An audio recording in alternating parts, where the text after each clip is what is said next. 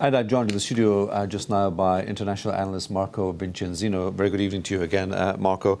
Is the PM already backtracking on this issue of cutting benefits to migrants? It would look like that tonight.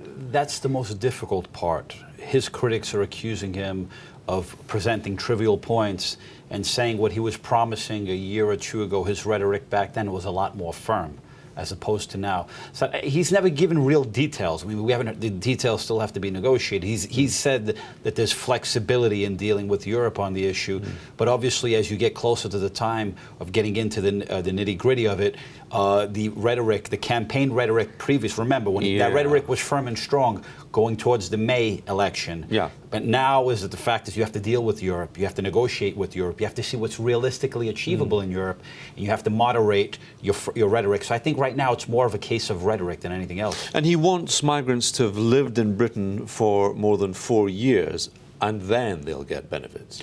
Part of striking the balance is saying is he has the issue of benefits, of welfare benefits in the UK and many other places naturally strikes a raw nerve with voters. Basically, that's our taxpayer money. If you want to receive it, you have to work for it. So as a result, that's the part that he has to satisfy the domestic constituency.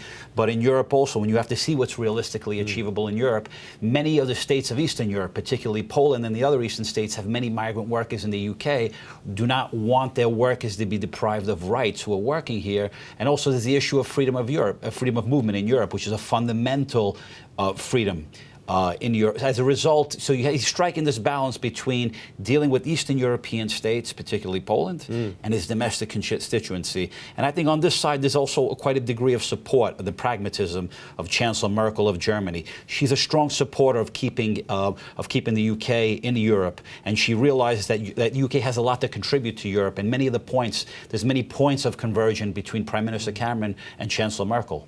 Have we heard from her today? Not particularly. I think so. Right now, she's made it clear all along. I mean, to hear from her specifically today, I think is the Prime Minister gave his big speech today. So what you'll hear is statements of support and rhetoric. She doesn't want to get involved directly so far because the next 10 days are going to be extremely important.